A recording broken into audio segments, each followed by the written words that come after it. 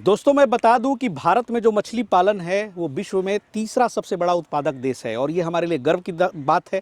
और ये भी गर्व की बात है कि इस पूरे देश में भारतवर्ष में जहाँ से सबसे अधिक मछली का उत्पादन होता है, जहाँ से जीरा भेजा जाता है, जहाँ से लाखों करोड़ों जो है मछली किसान जो हैं बिजनेस करते हैं, उस धरती पर मैं अभी आया हूँ जो एशिया का सबसे बड़ा मछली जीरा बाज़ार है, उसको नैहाटी बोलते हैं। और चारों बगल तालाब ही तालाब है और यहाँ पर एक बहुत ही पॉपुलर और फेमस इंसान से आज आपकी मुलाकात कराऊंगा जो कि मास्टरमाइंड है मछली जीरा के, मिस्टर सौरभ मंडल जी। सर स्वागत है। नमस्कार नमस्कार नमस्कार। हमारे चैनल पे हमारे जो नए भाई हैं जो नहीं जानते हैं आपके विषय में, सर एक बार बता दें उनको ज़रूर अपना पूरा नाम वगैरह और जो प्रोफाइल है कि कब से इस कारोबार में हैं आप। जी देखिए, मेरा नाम सौरभ मंडल है और मैं नैहाटी से हूँ। हमारा मछली का बिजनेस है, हम लोग मछली सप्लाई देते हैं ऑल ओवर इंडिया।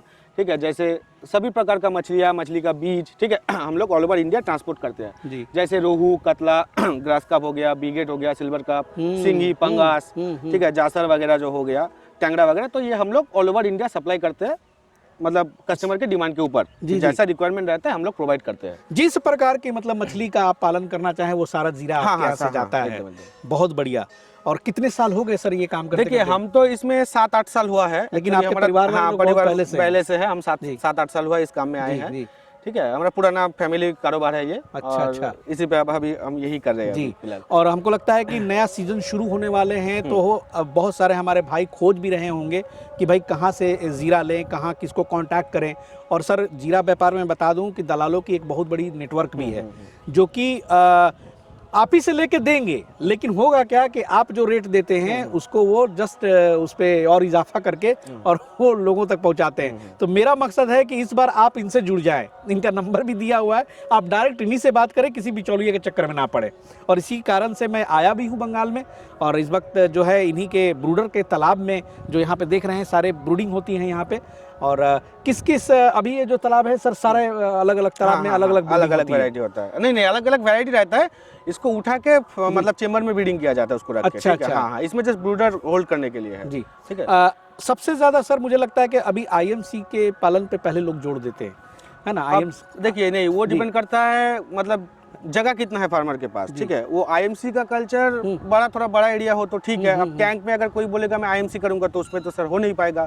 अब टैंक के लिए अलग वैरायटी आता है, सीमेंट टैंक के लिए अलग वैरायटी आता है, पॉन्ड के लिए अलग वैरायटी आता है। अच्छा, ठीक है। हाँ, अब मिक्स फार्मिंग भी होता है। इसमें अच्छा रहेगा जैसे रहू, कतला, मृगल जो है ये सब। ये पॉन्ड के लिए, पॉन्ड में ही करेंगे, ये तो बायोफ्लैक नहीं कंसेप्ट नहीं चलेगा यहाँ पे। एकदम क्या बात है। मिक्स फार्मिंग भी कर सकते हैं, उसमें 2-3 वैरायटी भी छोड़ सकते हैं, जैसे रोहू छोड़े, कतला छोड़े। बायोफ्लॉक वाले भी बहुत सारे लोग हैं सर, उनके लिए कौन सा ब्रीड रहता है सही? देखिए, बायोफ्लॉक के लिए आपका तिलापिया है, वियतनाम कवई है, सिंगी है, पाबदा है, गुलसा टेंगड़ा है।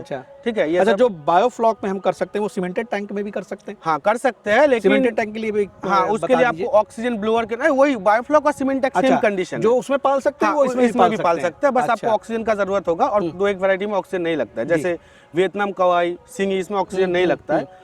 अब मान के चलिए पाबदा करेंगे आप, टेंगड़ा करेंगे तो उसके लिए ऑक्सीजन ब्लोअर का जरूरत होगा, आपको 24 घंटा ऑक्सीजन चलाना पड़ेगा। थोड़ा सा एक इन्फॉर्मेशन आपसे जरूर लेंगे सर कि ये भी जैसे जगह की आपने बात बोली तो एक थोड़ा सा बता दें कि आईएमसी का जो लोग पालन करते हैं तो मान लीजिए कि एक छोटा सा तालाब बना लेंगे, आधा कट्ठा का, उसमें करेंगे तो कोई फायदा नहीं होगा। बच्चा क्या स्टैंडर्ड होना चाहिए उसके लिए? देखिए, मिनिमम अगर आईएमसी का अगर आप मतलब थोड़ा बड़ा करना चाहते हैं कि हम 1 किलो 1.5 किलो करके बेचेंगे तो मान के चलिए करीबन मैक्सिमम 2-2.5 बीघा होगा तो सबसे अच्छा होता है। मतलब मिनिमम 1 एकड़। हाँ, 1 एकड़ आराम से आराम से 1 एकड़ में बहुत होता है। लेकिन वो जो कैटफिश की बात करें तो उसमें तो कम जगह में भी हो सकता है। हाँ, कैटफिश हो सकता है, लेकिन कैटफिश एक्चुअली क्या है, बैन है ना इंडिया में, तो थोड़ा दिक्कत है उसमें। ठीक है, बाकी आप सब कर सकते हैं। लेकिन ये जासर वगैरह सर, ये हाँ ये कर सकते हैं। जासर तो आप मतलब 1 बीघा में जासर सर मैं कंफ्यूज रहता हूँ, कैटफिश के कैटेगरी में नहीं आती है क्या? देखिए, कैटफिश जो मांगुर बोलते हैं ना, जो हाइब्रिड मांगुर है उसको कैटफिश बोला जाता है। एक्चुअली ये भी कैटफिश के अंदर ही आता है। अच्छा। जैसे क्या बोलते हैं उसको, जो सूर होता है ना मुंह में, तो वो कैटफिश के अंदर ही आता है। अच्छा। हाँ, लेकिन वो अलग है, ये अलग है। अच्छा। तो जासर वाला आप काम छोटे से एक जगह पे भी कर सकते हैं। जासर कर सकते हैं। और बायोफ्लॉक और सीमेंटेड तो भैया है ही छोटे जगहों के लिए, मजबूरी में जिनके पास जगह नहीं है वो कर सकते हैं जी। उसके बाद जैसे कि मुडेल मछली है, जिसका मैं बताना भूल गया, अभी बहुत ट्रेंडिंग में है, सोल मछली जिसे बोलते हैं, बहुत डिमांड है उसका, वो भी आप कर सकते हैं आप छोटी जगह में। अच्छा।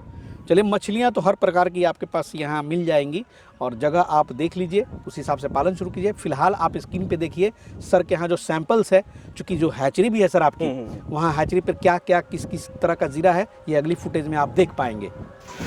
दादा ये वाला पंगा जा रहा है आपका, देखिए पूरा एक्टिव फिश सीड्स है। दादा ये वाला कॉमन जा रहा है आपका, देखो मीगल मछली 1.5 इंची साइज। टुडे डिलीवरी पापदा प्योर कतला। ये एसएम फिश हैचरी का ब्लैक कार्प देखिए, ये आज एसएम फिश हैचरी का फर्स्ट ब्रीडिंग का पंगेसियस फिश सीड ये आज लोडिंग हो रहा है। ये ग्रास कप धानी ये वाला जा रहा है आपका, देखिए देखिए पूरा एक्टिव धानी है ग्रास कप धानी। ये नया सीजन का रोहू मछली देखिए, ओरिजिनल रोहू सीड। ये एसएम फिश हैचरी का ब्लैक कार्प सीड्स ये आज पैकिंग हो रहा है। खोल दो, बहुत ही बेहतरीन साइज का ब्लैक कार्प है। ये कॉमन कार्प मछली देखिए, 2 इंची साइज का common carp. Monosex tilapia fish seeds, original monosex तेलापिया।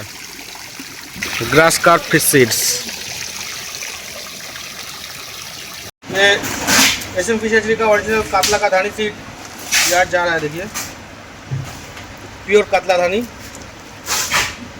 तो देखा आपने कि इतनी सारी जो है और ये अभी की फुटेज है, ऐसा नहीं है कि ये सालों पुराना है। हर सीज़न में इनका जो है तैयार होता है और उसका आप फुटेज मुझे भेजते हैं।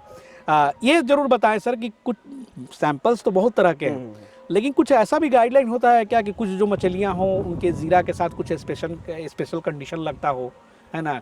नहीं तो लोग लेंगे हर तरह का वैरायटी मछली और उसी एक में जैसे सोचते हैं कि भैया जनरल पालन होता है वैसे ही करें, कुछ ऐसा तो नहीं है? नहीं नहीं, ऐसा देखिए 2 एक वैरायटी में होता है। जैसे मान के चलिए आपका पंगास मछली जो बोलते हैं, जासर जिसे बोलते हैं, ये जब ठंडा पड़ता है ना बहुत, तब दिक्कत करता है। जैसे यूपी का साइड में आपका माइनस में चला जाता है टेम्परेचर, तो उस टाइम बहुत इसको इशू होता है। यानी कि पंगास में जो हार्वेस्टिंग ठंडे में होगी दिक्कत होगी। हाँ दिक्कत होगा। नहीं हार्वेस्टिंग नहीं, जैसे छोटा मछली कोई छोड़ा है ना, अच्छा, तो ठंडी में अगर माइनस चले जाए तो मोर्टेलिटी का थोड़ा इशू रहेगा उसमें। तो जैसे पंगास के बारे में बोला जाता है सर महीने में साल में 2 बार, तो जाड़ा में भी तो सर उसका पड़ेगा ही पड़ेगा। देखिए 2 बार तो ठीक है, जब कोई अगर सीजन का स्टार्टिंग में छोड़ता है ना बड़ा मछली, अब कोई 600-700 ग्राम में बेच देता है तो वो नवंबर दिसंबर तक बेच देता है। अब एक होता है कि स्टॉकिंग वाला सीड होता है, जैसे पूरा ठंडी में हम लोग स्टॉकिंग करते हैं, उसको हम लोग जनवरी फरवरी में डिलीवरी करते हैं 200 लाइन 100 लाइन 500 लाइन का। हाँ, तो क्या होता है वो 200 लाइन 100 लाइन वाला शॉर्ट टाइम में आपका 1-1.5 किलो पकड़ लेता है। ठीक है, 6-7 महीने में आपका मान के चले कुछ अगर हाई प्रोटीन फीड मिले तब तो वो 4-5 महीना में 1 किलो हो जाता है। तो वो एक आपका हो गया और दूसरा वाला आपका हो गया। जैसे मान के जनवरी फरवरी में आप छोड़े तो साल का आपका 6-7 महीना में आपका हो गया। अब साल के एकदम लास्ट में आप छोटा मछली छोड़े, उसको भी आप होल्ड किए, अगला साल बेचे उसको। तो ऐसा होता है, मतलब थोड़ा सा ठंडा जब कम रहे तो उसी हिसाब से सेट करना पड़ेगा। एकदम बहुत बढ़िया। और बाकी सारा सीजन तो यही है सर, मई जून मान के चलिए जून में आप सारे मछली पालन जो नया शुरू करना चाहते हैं वो शुरू कर सकते हैं। और जो जीरा की जरूरत पड़ेगी तो भैया सौरभ मंडल जी हैं, आप इनसे संपर्क करके, और मुझे लगता है कि क्वालिटी को आप ज़्यादा अहमियत दें। क्या सर, सस्ता सब बोलते हैं, मुझे तो यही लगता है सर, ठगे इसीलिए लोग जाते हैं कि आप इतना, चूंकि बाजार है तो सस्ता के चक्कर में जाते हैं और वहाँ से आप अपना जो है नुकसान कर बैठते हैं। लेकिन ये एक ट्रस्टेड मैन है जिनसे बिहार स्टोरी भी 4 साल से जुड़ी हुई है और मुझे नहीं लगता है कि इनके बारे में कभी किसी ने शिकायत भी किया हो। तो बहुत बढ़िया, मतलब इनका व्यवहार भी है, स्मार्ट भी हैं, आप देख ही रहे हैं। और ये आइए बंगाल की धरती पर इनसे मुलाकात करके बिजनेस अगर शुरू करना है तो पूरा समझिए।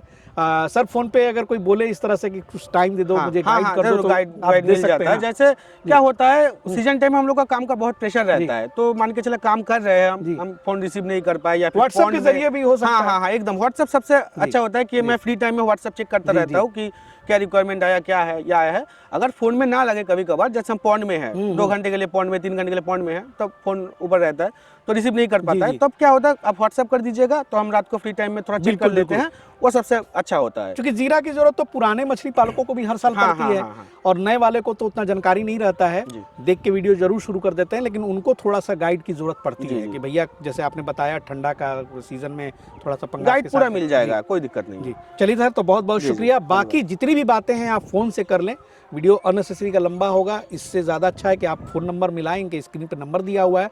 और असीमित बातें हैं भैया, मछली पालन इतना भी आसान ना समझ लीजिएगा, उसमें बहुत सारी चीज़ों को समझना जी, है। जी, ज़रूर, तो ज़रूर। फ़ोन से इनसे क्लियर करें। सर बहुत बहुत जी, शुक्रिया जी, आपका। धन्यवाद। चलिए दोस्तों, मिलते हैं फिर अगले एपिसोड में। और जो हमारे मित्र नए हैं, इस तरह की जो बिजनेस की जानकारियां हैं इस चैनल पे आती रहती हैं, और ज़रूर सब्सक्राइब कर लीजिए, लोगों को डिस्ट्रीब्यूट भी कीजिए, शेयर भी कीजिए। मैं मिलूंगा फिर किसी नए इन्फॉर्मेशन के साथ, तब तक के लिए जय हिंद, जय भारत।